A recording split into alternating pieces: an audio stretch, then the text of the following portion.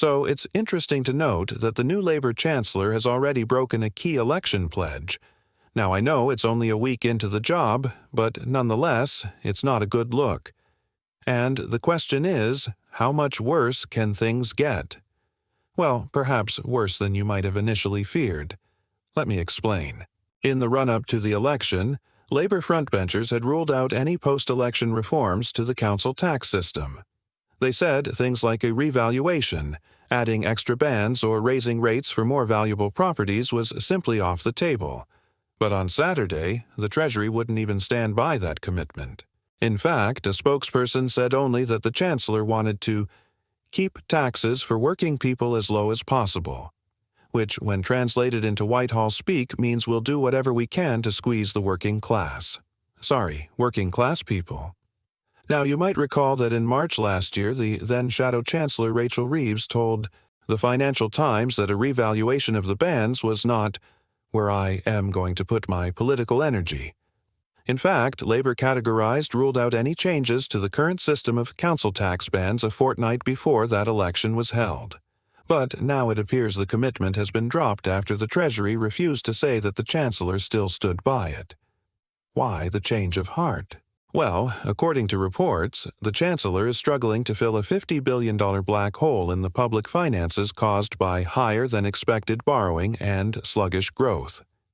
Hence, she's looking at a raft of new property levies, which is why the Treasury spokesperson said, "There are no changes to announce." So, we are supposed to believe that, after ruling it out categorically during the election, Reeves is now considering council tax rises for working people. Yeah, right. And I suppose the plan is that once they've got the money, they'll give the working class something back. Oh, wait, no, that won't happen. This is a Labour government, after all. According to reports, Reeves is looking at raising council tax on homes currently in bands F, G, and H. In England, there are about 4.5 million homes in bands E to H worth more than $320,000. That's the top 15% of homes, and most of them are in the southeast of England.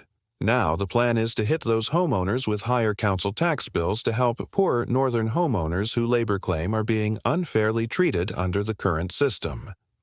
The idea is that since house prices have risen much faster in southern England than in the north, southern homeowners have benefited disproportionately from the fact that their council tax is based on 1991 prices. And, as a result, they're now paying less than their northern counterparts. To be fair, this isn't entirely true. Since 1991, house prices have risen fastest in London and the southeast, but they've also risen in the northeast and Yorkshire and the Humber.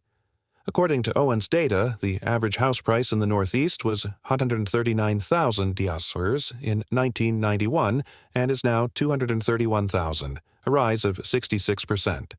Compare that with the southeast, where prices have risen by 200% from $130,000 to $390,000. Now, don't get me wrong, that's a huge rise, and it's obviously a lot worse if you're in London. But the idea that southern homeowners are getting off scot-free is just completely false. In fact, the average house price in England and Wales is now 62% higher than 1991 values.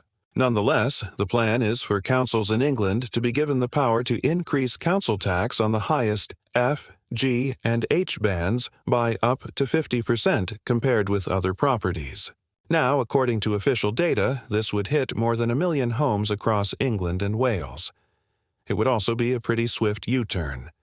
Last year, Labour pledged not to touch council tax, but of course they lied then because they thought it would buy them votes. It didn't. And now they're breaking their promise to try and raise more money.